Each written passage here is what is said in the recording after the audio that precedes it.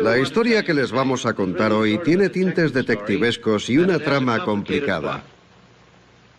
El asesino es la enfermedad cardiovascular, también llamada insuficiencia cardíaca. Las víctimas potenciales somos usted y yo.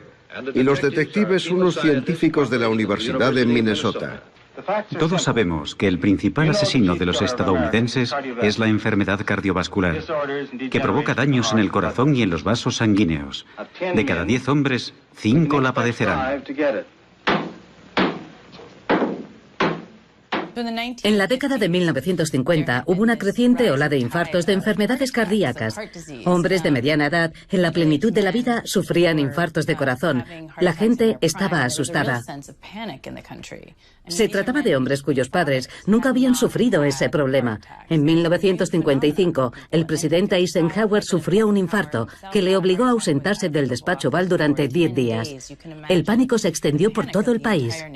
Los ojos de todo el país y del mundo entero estaban puestos en el Hospital Militar Fitzsimmons en Denver, tras conocerse que el presidente Eisenhower había sufrido un infarto. El doctor Paul Dudley White, acompañado del secretario de prensa de la Casa Blanca, James Haggerty, lo describió como un infarto moderado, producido por una lesión de los tejidos de una pared cardíaca interna. Había una sensación de crisis, de urgencia por descubrir cuáles eran las causas de las enfermedades cardiovasculares. Y se barajaban algunas hipótesis, como una deficiencia de vitaminas, la polución, etc. Pero Ansel Keys, investigador y patólogo de la Universidad de Minnesota, sugirió que la culpa era de las grasas saturadas. Las grasas saturadas elevaban el colesterol total, que a su vez obstruía las arterias y provocaba infartos de corazón. A esto lo llamaban hipótesis de la dieta del corazón. Aquí tenemos las estadísticas. Muestran que este problema, aquí en Estados Unidos, es más grave que en el resto del mundo. Probablemente se deba a nuestro estilo de vida y a nuestra dieta. La cuestión es que no sabemos mucho de esta enfermedad y golpea sin avisar. Pero podemos decir... Cuando el presidente Eisenhower sufrió un infarto de corazón, Keys salió a la palestra porque el médico encargado de tratar a Eisenhower le puso de inmediato una dieta baja en grasas y dijo que la causa de su infarto de corazón había sido su dieta y no el hecho de que fumara como un carretero. No. La hipótesis de Keys se basaba en una afección llamada xantoma, que consiste en la producción de placas de grasa debajo de la piel. Son visibles, aparecen en los párpados y tienen colesterol en su interior.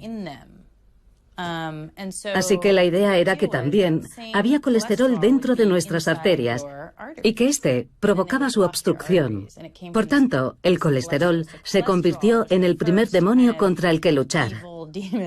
Keys presentó esta hipótesis y los investigadores comenzaron a estudiarla. Pero simultáneamente, la comunidad científica empezó a hablar de ella como si realmente fuera cierta y solo hubiera que confirmarla. Lo que dijeron fue que solo necesitaban poner los puntos sobre las íes. En el año 1958, Ansel Keys pone en marcha un estudio de una magnitud sin precedentes en 7 países: Grecia, Yugoslavia, Italia, Países Bajos, Finlandia, Estados Unidos y Japón. Quería observar el vínculo estadístico entre la alimentación, especialmente las grasas, la tasa de colesterol y el riesgo cardiovascular de la población.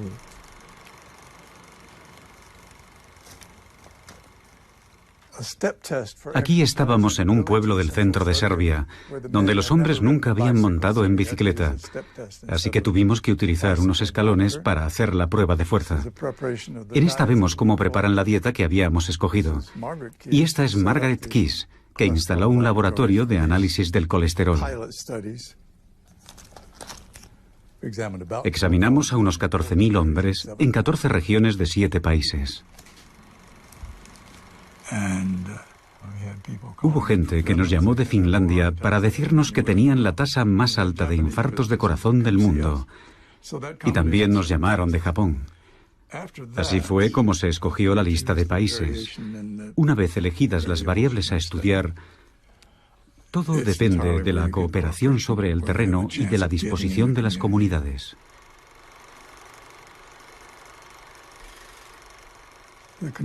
La conclusión del estudio en estos 7 países fue que existían diferencias muy importantes en la tasa de infartos de corazón en distintas culturas.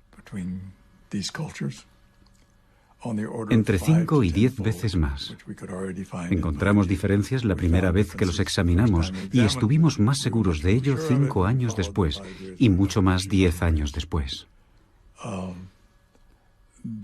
Había diferencias muy notables en la distribución del colesterol.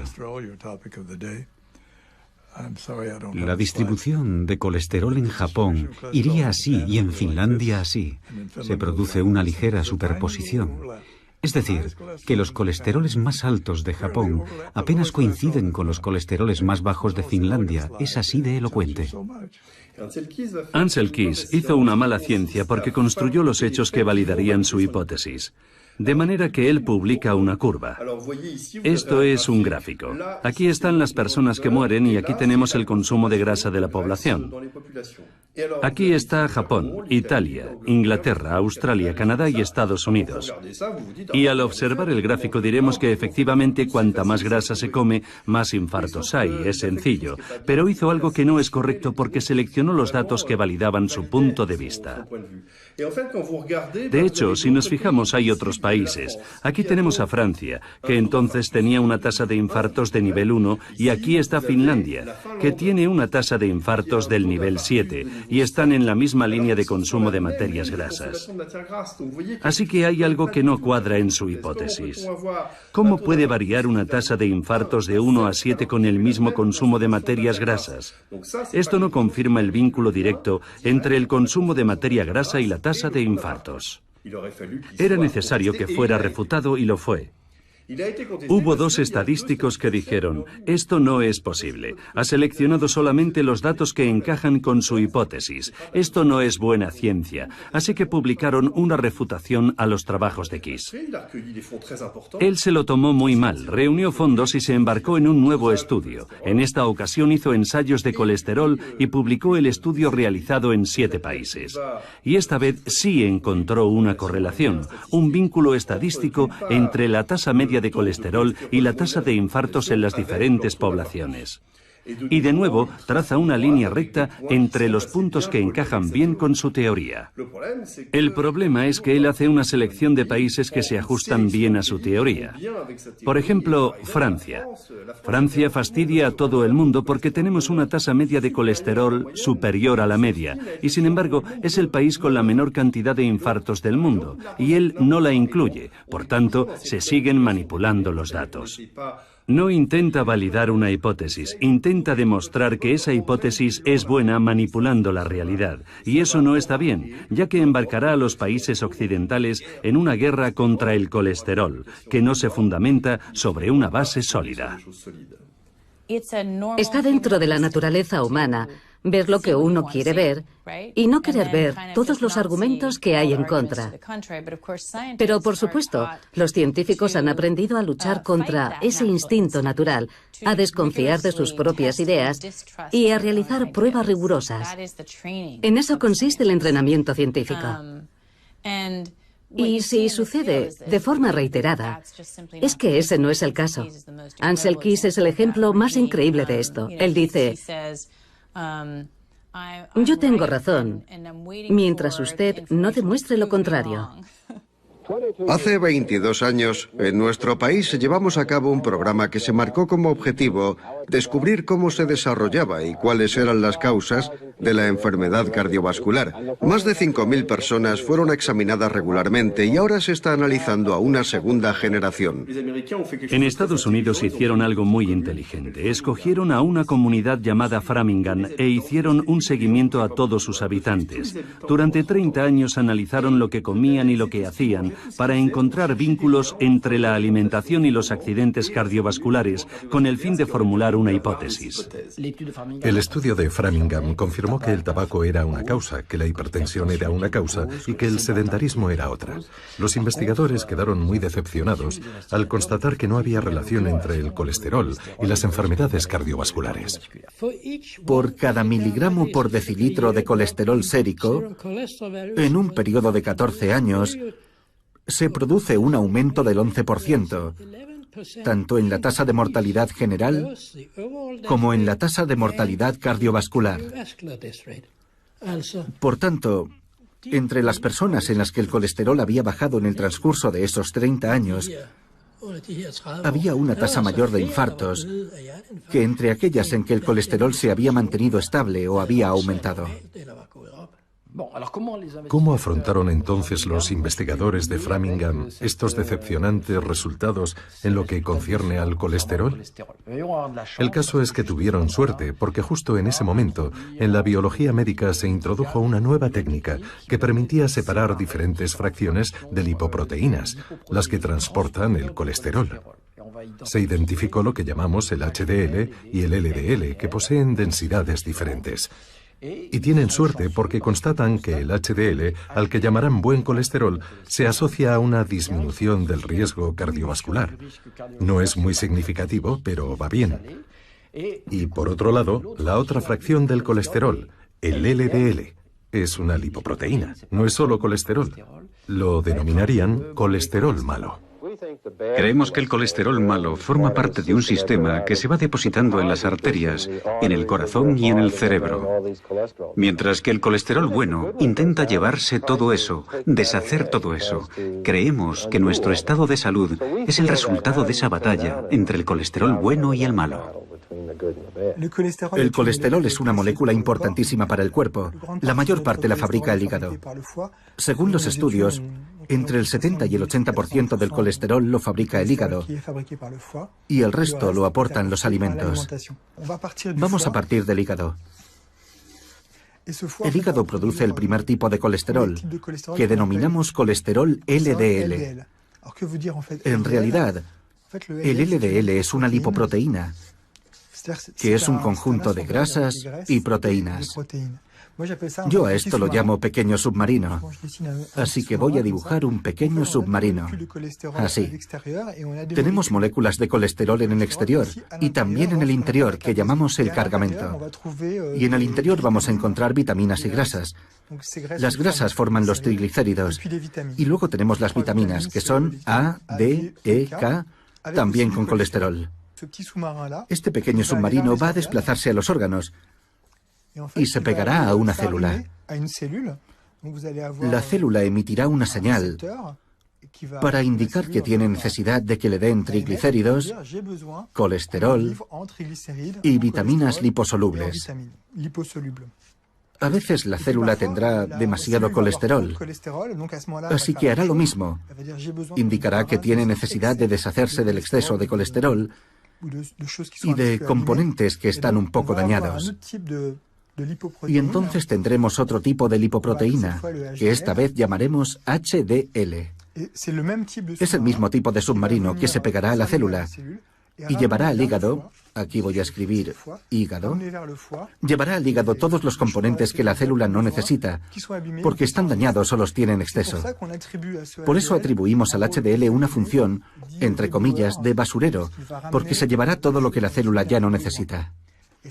Por tanto, se tiende a pensar que el HDL cumple una función limpiadora, mientras que lo que hace el LDL es ensuciar, porque proporciona cosas.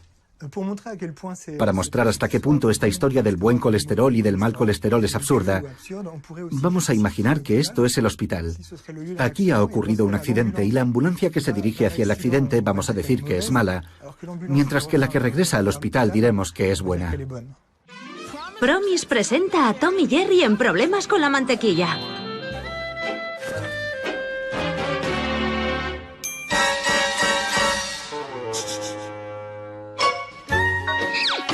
Battery Light Promise contiene un 85% menos de grasa saturada y cero colesterol.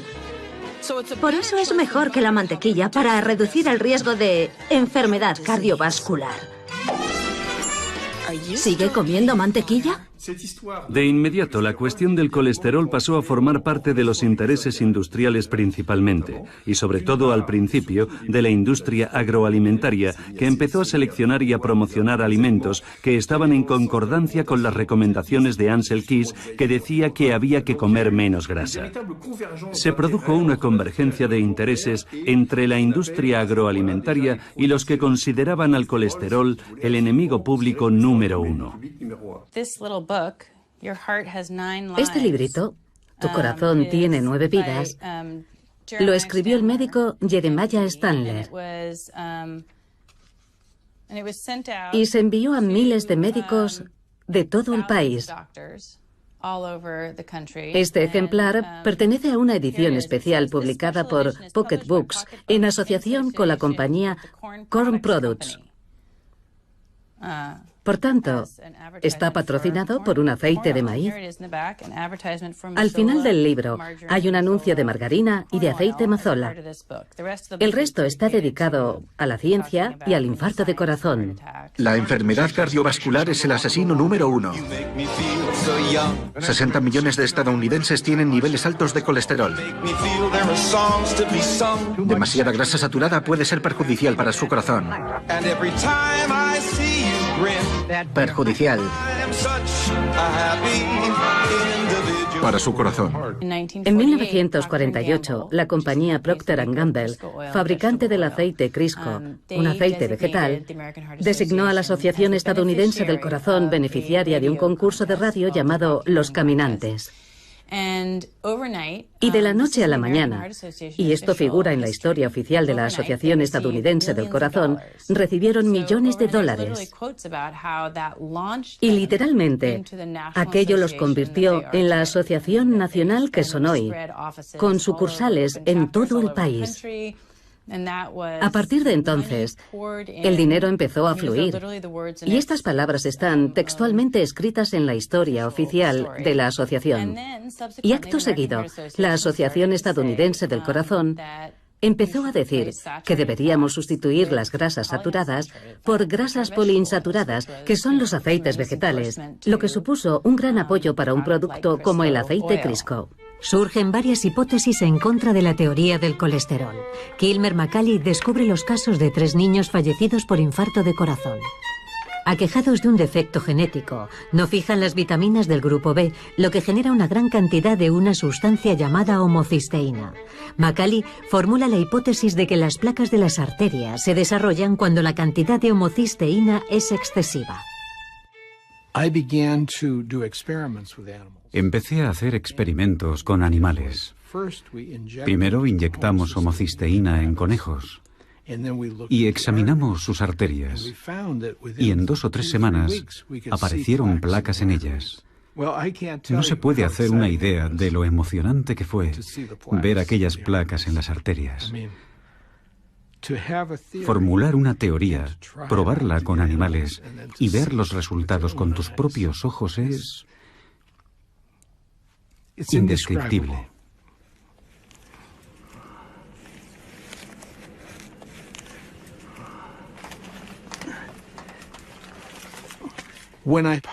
Cuando en 1969 publiqué mi primer artículo sobre estos niños y su enfermedad, para mi sorpresa, recibí más de 400 peticiones para reproducir mi artículo.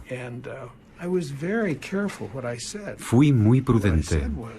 En mi artículo sostenía que los cambios provocados por la homocisteína intervenían en primer lugar y el colesterol era secundario. Y aquello no cuadraba con la teoría del colesterol.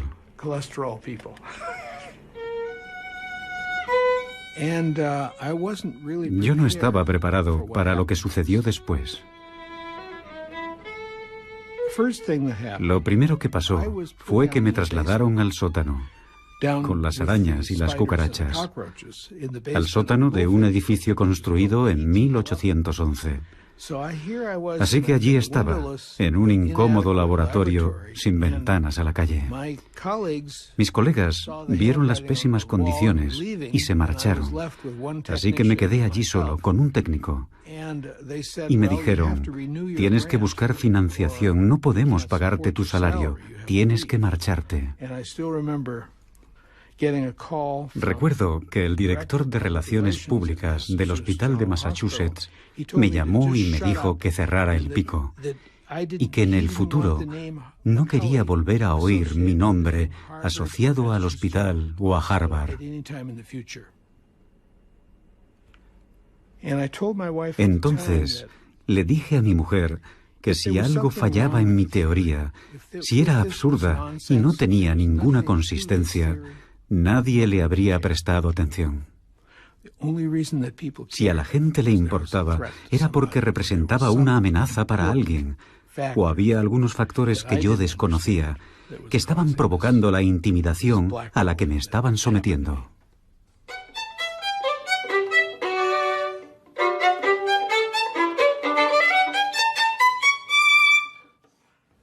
Esta noche en nuestra sección 3 hablamos de los infartos de corazón y sus causas.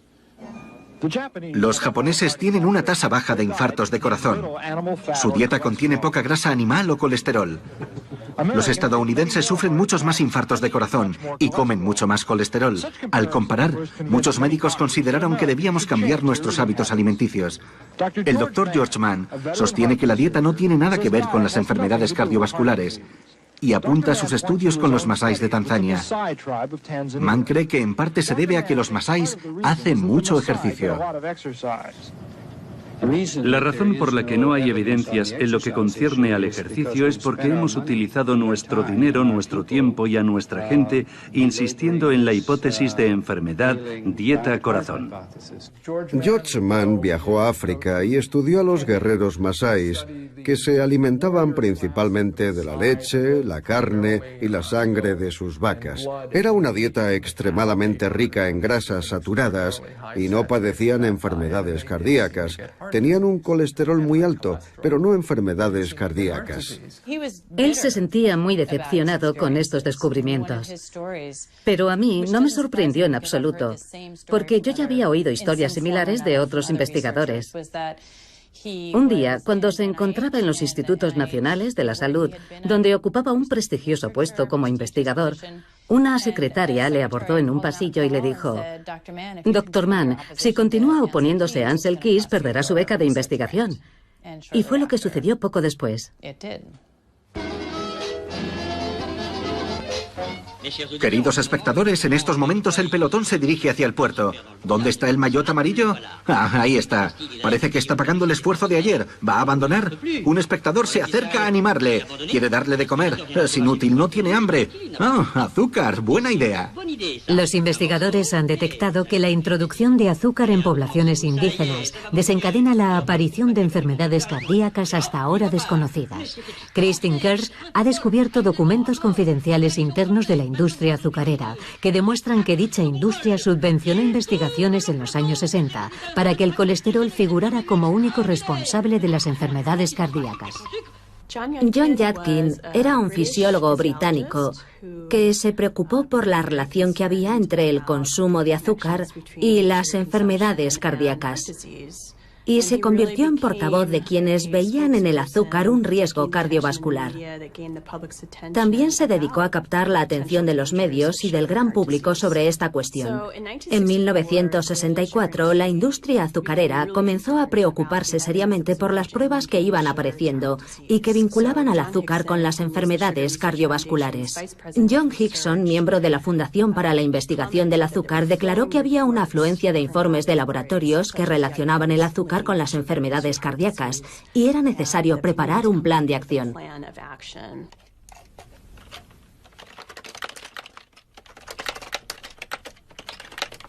En 1965, una serie de artículos que se publicaron en los Anales de Medicina Interna fueron recogidos por el New York Herald Tribune, importante competidor del New York Times en la época. Yadkin consiguió un artículo a toda página en la edición dominical, en el que cuestionaba si se podía vincular la grasa a las enfermedades cardíacas en vez de al azúcar. El artículo comentaba también que la relación entre el azúcar y las enfermedades cardíacas había sido teórica hasta aquel momento, pero que nuevas pruebas confirmaban cada vez más esa relación. Tan solo unos días después de la aparición de aquel artículo, los responsables de la industria azucarera decidieron lanzar el proyecto 226. Se trataba de encomendar a investigadores de Harvard una revisión de la literatura científica sobre la materia y de publicar una crítica negativa de todos los artículos que vinculaban el azúcar a las enfermedades cardíacas, de manera que los políticos concedieran menos importancia a los estudios científicos que vinculaban el azúcar con esta enfermedad. Aquí tenemos la correspondencia sobre los borradores del estudio. Hickson, de la industria azucarera, escribió al profesor Hested diciéndole que esperaba tener un borrador cuanto antes. Decía: espero que pueda usted enviarme una copia del borrador del manuscrito lo antes posible para poder cumplir con mis obligaciones. Y esta es una carta de la Fundación para la Investigación del Azúcar que dice: muchas gracias por el borrador del manuscrito. Debo decirle que cumple absolutamente con nuestras expectativas y estamos impacientes por verlo publicado. El artículo se centraba en la cuestión: ¿provoca el azúcar enfermedades coronarias? En él revisaban una cantidad enorme de estudios y uno a uno iban desacreditándolos señalando algún tipo de defecto. El artículo publicado no mencionaba ningún tipo de financiación de la industria azucarera. Así que tenemos investigadores de Harvard y la prestigiosa revista New England Journal of Medicine. La industria azucarera no podía haber encontrado una vía más creíble para transmitir su mensaje. En el año 1977, para demostrar la incidencia del colesterol en las enfermedades cardiovasculares, el Instituto Estadounidense de la Salud puso en marcha el RSC, un ensayo clínico en el que participaron 3.800 hombres con una tasa de colesterol muy elevada. Un grupo fue sometido a una dieta baja en colesterol y se les administró colestiramina, que reducía la tasa de colesterol en sangre.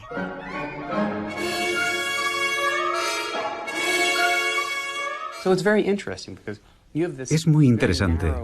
Se partía de una franja de edad formada por hombres de mediana edad. Y lo que se publicó más adelante basándose en dicho estudio fue una conclusión mucho más amplia, en la que se afirmaba que la reducción del colesterol sería beneficiosa para toda la población estadounidense en general, no solamente para el grupo en cuestión, sino para cualquier persona con una edad superior a 2 años.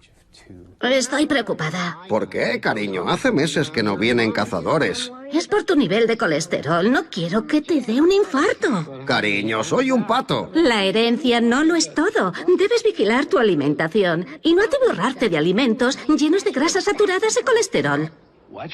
Vigila lo que comes como si tu vida dependiera de ello, porque es así. Programa Nacional de Educación sobre el Colesterol. Por un lado, tendría que haber una mayor detección del colesterol en las clínicas.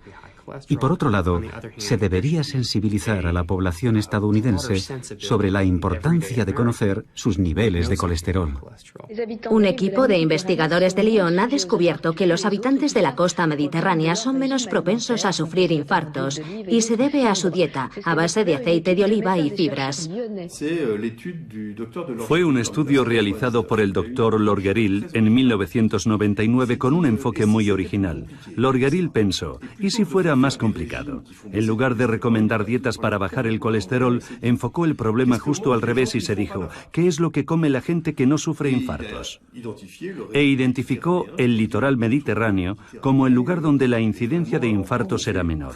Las personas menores de 75 años que viven en la cuenca del Mediterráneo sufren 8 veces menos infartos que los finlandeses y 4 veces menos que los escoceses. No es un 40% menos, sino 4 veces menos y 8 veces menos. Y al estudiar este fenómeno, descubrió que no se trataba de una dieta contra el colesterol, sino de otra forma de dieta. El aceite de oliva, prohibido en las dietas contra el colesterol, se utiliza mucho en los países mediterráneos, igual que el queso, normalmente prohibido porque contiene grasa animal, e incluso la charcutería. En España, Italia y el sur de Francia se consumen embutidos y a pesar de eso sufren menos infartos.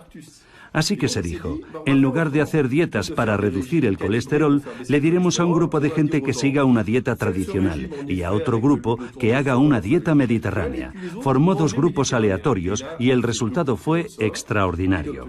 El grupo que siguió una dieta mediterránea sufrió un 50% menos de infartos que el otro, y eran personas en observación porque ya habían sufrido un infarto.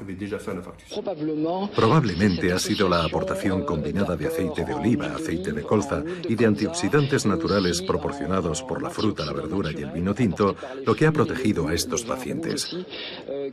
En cualquier caso, hablamos de una reducción de riesgo de entre un 50 y un 70%. Pues bien, en la comunidad médica y científica se produjo una doble reacción. Por un lado, un grupo de gente dijo, fantástico, nosotros también lo pensábamos, pero ahora ya tenemos la demostración, está claro. Y además, multitud de estudios implementados en diferentes países confirmaron nuestros resultados. Y por otro lado, hubo un grupo de gente que no aceptó los resultados y sobre todo que no aceptaron la idea. Si lo pienso ahora, creo que hay que estar muy bloqueado mentalmente para razonar así. Y esa gente decía, no puede ser cierto porque el colesterol es idéntico en ambos grupos. Algunos colegas estadounidenses me decían, no podemos creer en esos resultados. ¿Cómo es posible reducir el riesgo sin reducir el colesterol? Tatinas fue algo absolutamente extraordinario. Estábamos atónitos. De repente había una pastilla que podíamos recetar a las personas que habían sufrido un infarto y que además reducía la mortalidad, el riesgo de recaída, etc. Era fantástico. Las administramos desde el primer momento. En el ensayo WOSCOP participaron pacientes hipertensos, obesos y fumadores que tenían un riesgo muy elevado de sufrir infartos. Se les administró un fármaco llamado pravastatina, divididos en 2 grupos aleatorios. El primero tomaba pravastatina y el segundo un placebo. Y hubo una reducción del 30% de muerte cardiovascular. Era la primera vez que se obtenía un resultado claro y significativo. Y a la vez se realizó otro ensayo donde se administraba simvastatina bajo el nombre comercial de Zocor, y en el que participó gente que ya había sufrido un infarto. La mitad tomó el fármaco y la otra mitad un placebo. Y hubo un 30% menos de recurrencia de infarto en el grupo que tomaba la simvastatina en comparación con el otro, así que los colesterol escépticos nos quedamos desarmados por los resultados. Jaque mate. Yo mismo, en calidad de médico, lo prescribí, incluyendo a mi familia. Intelectualmente no fui capaz de poner en duda unos ensayos clínicos publicados en las principales revistas médicas internacionales. Me parecía inconcebible que los investigadores pudieran hacer trampas o equivocarse hasta el punto de engañar a toda la comunidad médica. Es lo que se llama revisión por pares. En principio, si se publica en una gran revista médica, ha sido comprobado por personas competentes, de modo que estamos obligados a creerlo. El 85% de los ensayos clínicos y hasta el 97% de los ensayos más importantes están patrocinados por laboratorios privados. Ahora bien, hemos calculado que hay 5 veces más posibilidades de encontrar un efecto positivo en un medicamento cuando el ensayo está financiado por un laboratorio privado, en comparación con un ensayo del mismo medicamento financiado por un instituto público. Es un aumento bastante considerable de las posibilidades. Tendemos a considerar que los estudios científicos son objetivos, pero cuando nos fijamos en cómo se estructura el sistema, nos damos cuenta de que las compañías privadas patrocinan los ensayos clínicos para promover la venta de sus fármacos. Y esas compañías son propietarias de toda la información científica. Igual que la receta de la Coca-Cola pertenece a la compañía Coca-Cola. Así que a pesar de las dudas sobre algunos ensayos que no llegaban a reproducir los resultados iniciales, el hecho de que el medicamento fuera tan eficaz tanto en personas que no tenían colesterol como en las que sí lo tenían, hizo que casi nadie se atreviera a oponerse o a plantearse serias dudas.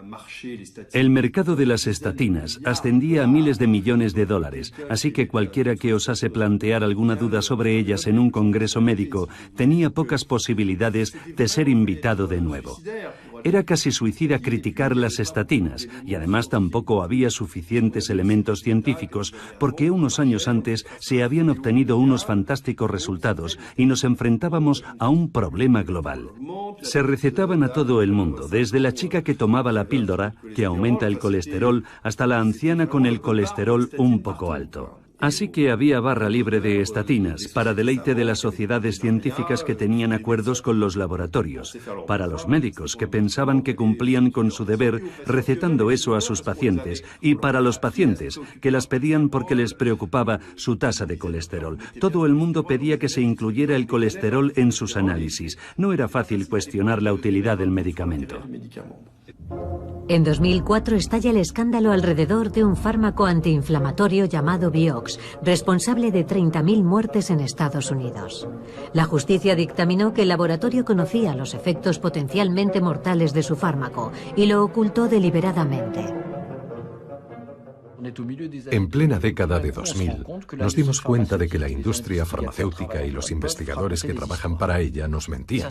Fue una sorpresa terrible. Sí, podían exagerar los efectos beneficiosos de los medicamentos y ocultar los tóxicos.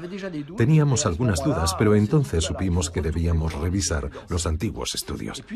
El segundo fenómeno que tuvo lugar es que las autoridades sanitarias impusieron nuevas regulaciones para los ensayos clínicos. Y la nueva regulación concernía a todos los estudios con estatinas publicados después del escándalo con el Vioxx, es decir, a partir de 2005, 2006 y hasta el momento actual. Entonces, nos dimos cuenta de que había problemas en los ensayos realizados antes de 2005-2006. Por un lado, fuimos conscientes de que nos podían engañar, y por otro lado, a partir de ese momento, todos los ensayos clínicos con estatinas dieron resultados negativos, es decir, no mostraban beneficios. Ni las dudas sobre los primeros estudios sobre las estatinas, ni la imposibilidad de reproducir los resultados positivos son capaces de frenar la obsesión por el colesterol. El dogma se impone. Cuanto menor sea la tasa de colesterol, mejor. Cuando me establecí como cardiólogo en 1985, la tasa normal estaba alrededor de 3 gramos por litro. Y desde entonces ha ido bajando paulatinamente. Ahora está por debajo de 2, situación que lógicamente hace que cada vez haya más personas que entran dentro de la horquilla de lo que llamamos colesterol alto. Luego se introdujo un segundo elemento, que era la necesidad de tratar a personas en grupos de alto riesgo. Ahora nos dicen que es posible que tengamos que reducir aún más el colesterol malo. Si su médico le dice que debería reducirlo, con Crestor y una dieta saludable puede bajar la tasa de colesterol malo hasta un 52%. En el año 2001, en la última revisión sobre las recomendaciones del colesterol en Estados Unidos, elaborada por un grupo de expertos, hemos sabido que 9 de los 14 expertos tenían vínculos financieros con la industria farmacéutica. Es un dato muy importante, porque en 2001 Casi se triplicó el número de estadounidenses a los que se recomendaba tomar estatinas.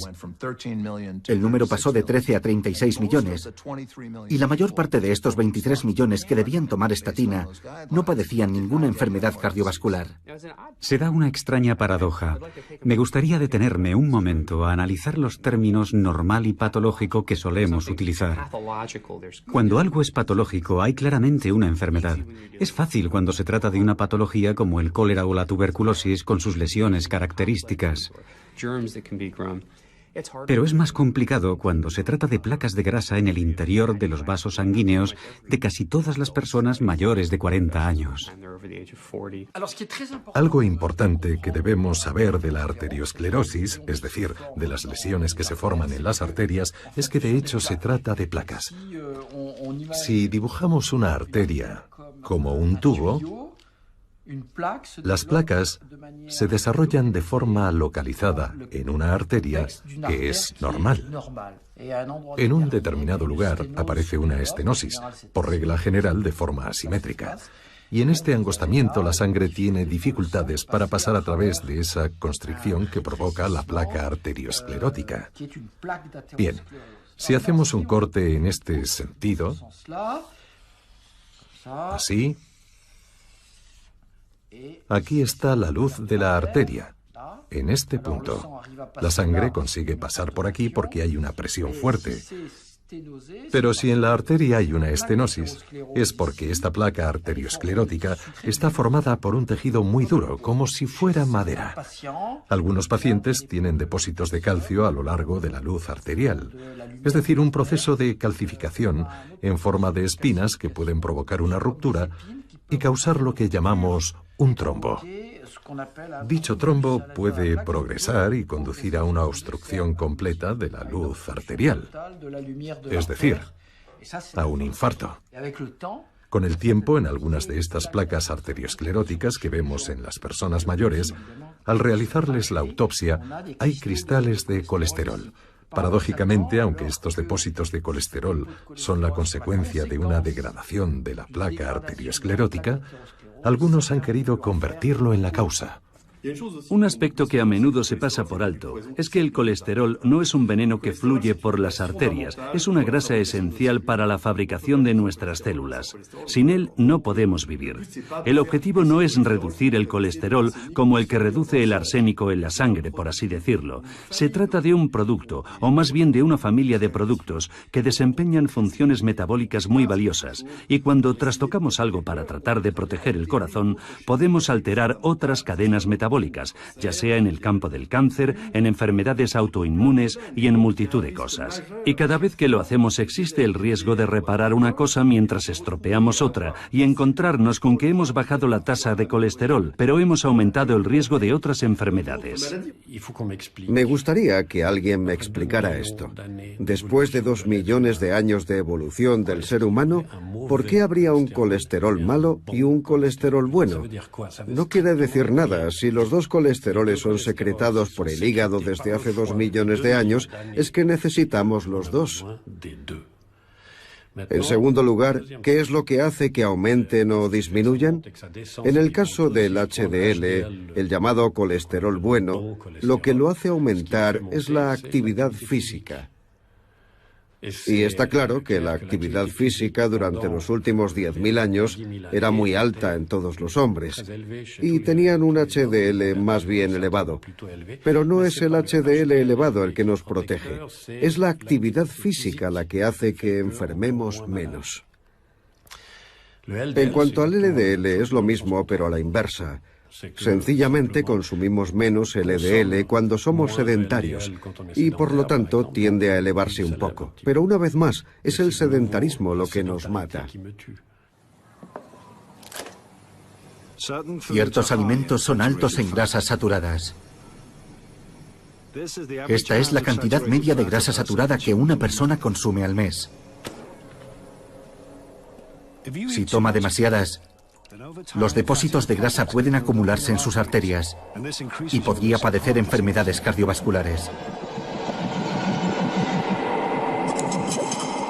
Si la grasa saturada puede obstruir este conducto, imagine lo que hará en los suyos. En la actualidad disponemos de técnicas de imagen muy sofisticadas que nos permiten medir la cantidad de calcio presente en las arterias. También está el score cálcico, que para algunos investigadores predice más eficazmente los accidentes cardiovasculares que el colesterol. Y a ver si adivinan cuáles son los factores asociados con un score de calcio elevado. En primer lugar, la diabetes. En segundo lugar, la insuficiencia renal o la tendencia a la insuficiencia renal. En tercer lugar, tener un colesterol bajo de forma espontánea. Y en cuarto lugar, tomar estatinas. Así que tenemos ante nuestros ojos, si se me permite decirlo, un hecho terrible para los defensores de las estatinas. ¿Cómo se puede decir que las estatinas reducen el riesgo cardiovascular? Algo que yo cuestiono, y al mismo tiempo aceptar la idea de que las estatinas aumentan el score cálcico, considerado por algunos como lo que mejor predice el riesgo cardiovascular. Ambas cosas son incompatibles. Si usted ha sufrido o sufre de colesterol alto y su médico le recetó o le ha recetado Crestor, es muy probable que usted tenga varios efectos secundarios, como por ejemplo diabetes tipo 2. Si usted o un pariente ha consumido Crestor y ahora tiene diabetes, llame ya y pida una cita con el abogado Nick Pacheco. Tras años de prescripción masiva de estatinas, miles de pacientes sufren efectos secundarios graves. En Estados Unidos, algunos bufetes de abogados anuncian sus servicios en televisión para defenderlos.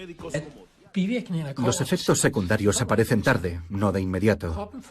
El organismo trata de combatir la disminución de la tasa de colesterol, tratando de producir más colesterol. Y ese proceso puede durar hasta 6 meses antes de la aparición de efectos indeseables. La mayoría de la gente no comprende que la ingestión de estatinas es la causa. Los síntomas son similares a los que presentan las personas mayores. De modo que cuando un hombre acude al médico y le dice que hay algo en sus músculos que no va bien y que tiene síntomas de debilidad, el médico le pregunta, ¿qué edad tiene? Tengo 78 años. Bueno, eso es lo que ocurre cuando se envejece. La vista empeora, los músculos se debilitan y perdemos memoria. Y olvidan que el origen puede estar en los medicamentos. Las estatinas, los medicamentos contra el colesterol, por lo general atraviesan la barrera hematoencefálica, es decir, entran en el cerebro y alteran la síntesis de colesterol en el cerebro. Es un efecto secundario adverso terrible que hasta hace poco había sido ignorado. Y solo gracias a la presión de algunos médicos y toxicólogos, las autoridades sanitarias han admitido que efectivamente las estatinas provocan problemas de memoria y trastornos del sueño. Es decir, un claro efecto neurotóxico. Y aún hoy, por desgracia, sigue estando subestimado, a pesar de que se trata de un factor tóxico muy importante. Publicamos un estudio sobre los efectos cognitivos adversos de las estatinas en 171 personas. Algunos de estos casos son muy preocupantes, como el caso de un profesor jubilado que enseñaba en varios departamentos, con un coeficiente intelectual superior a 180, al que 2 instituciones académicas detectaron la forma más progresiva de la enfermedad de Alzheimer, hasta el punto de que acudió a una reunión de los 50 años de su promoción con una pancarta colgada que decía: «Mi nombre es fulano de tal y tengo Alzheimer», para que la gente entendiera por qué repetía constantemente la misma frase y por qué no reconocía a sus amigos desde hacía décadas. Era incapaz de leer de corrido porque no recordaba nada. Entonces su esposa decidió suspenderle el tratamiento con simvastatina. Luego pasó una batería de pruebas para participar en el ensayo clínico de un medicamento experimental contra el Alzheimer. Y allí le dijeron que no padecía Alzheimer, ni siquiera demencia senil. Según cuentan, necesitó 2 años para recuperarse. Ahora ya lee el periódico. Los grandes expertos, y en particular un grupo de investigadores ingleses que realizan estudios sobre el colesterol, esos grandes expertos que nos contaron durante mucho tiempo, no, hombre, no hay efectos secundarios. Ahora uno de ellos ha admitido que sí, que probablemente había un aumento en la tasa de diabetes. Y ahora, poco a poco, se están poniendo de manifiesto nuevos efectos secundarios. ¿Por qué? 1, porque antes no se tenían en cuenta. Y 2, porque la gente lleva ya 10 o 15 años tomando el medicamento y los efectos están ahí.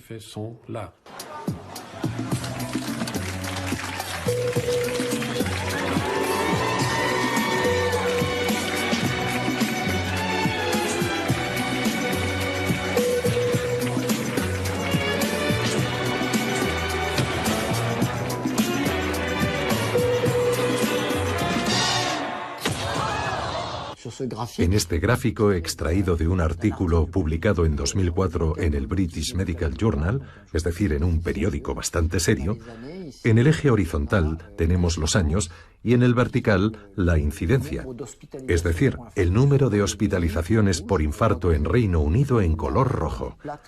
Vemos que la curva es plana en lo que respecta al infarto. Por el contrario, hay literalmente una explosión en la prescripción de estatinas. Obviamente, si las estatinas fueran eficaces en la prevención del infarto, habríamos visto una disminución en las hospitalizaciones por infarto. En otras palabras, la línea roja cruzaría la prescripción correcta de las estatinas, y no es eso lo que vemos. Una buena noticia para las personas con niveles altos de colesterol que toman estatinas, pero sus niveles de colesterol malo no bajan lo suficiente. Estos nuevos fármacos son diferentes. Un estudio muestra que pueden reducir el colesterol malo en estas personas un 60% adicional. Pero no son aptos para todo el mundo. Tiene que ser inyectado cada 2 o 4 semanas. Y casi el 30% de quienes participaron en el estudio tuvieron que abandonar. Ahora se realizan estudios más amplios para determinar si reducen verdaderamente el riesgo de infarto y accidente cerebrovascular, y si son seguros. Se espera que la FDA se pronuncie sobre la solicitud de aprobación a finales de este año. Los que ahora quieren comercializar los nuevos medicamentos para reducir el colesterol son los que tienen el poder en sus manos.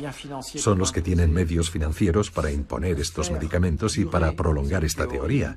Y también los contactos e influencias a nivel político, administrativo, etc. Y luego existe otro pequeño mundo que podríamos calificar de alternativo, que dice que no. La broma ha terminado y tenemos bastantes datos científicos para decir que no es verdad, y ese pequeño mundo es el que está ganando la batalla. En realidad es la disputa de siempre entre el punto de vista antiguo y el moderno siempre se acaba imponiendo. Solo hay que esperar a que se renueven las generaciones. Sin embargo, la batalla será muy dura.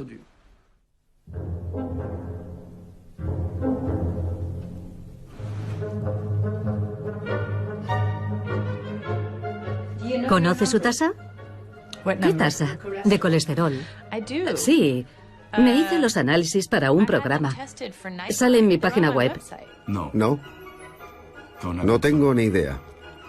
Soy miembro de una familia afectada de hipercolesterolemia. Mi tasa está entre 7 y 8. Me trae sin cuidado. No sé la que tengo ahora. Mi tasa está en 189. Me gustaría que fuera más alta. Sí, la conozco, porque mis pacientes me lo preguntan. La verdad es que no. No conozco mi tasa de colesterol. Un día de estos. Debería, pero no la conozco. No. ¿Por qué debería saberla? No creo que la tenga mal. No lo sé. Me he olvidado de ella por diversas razones. La he rechazado.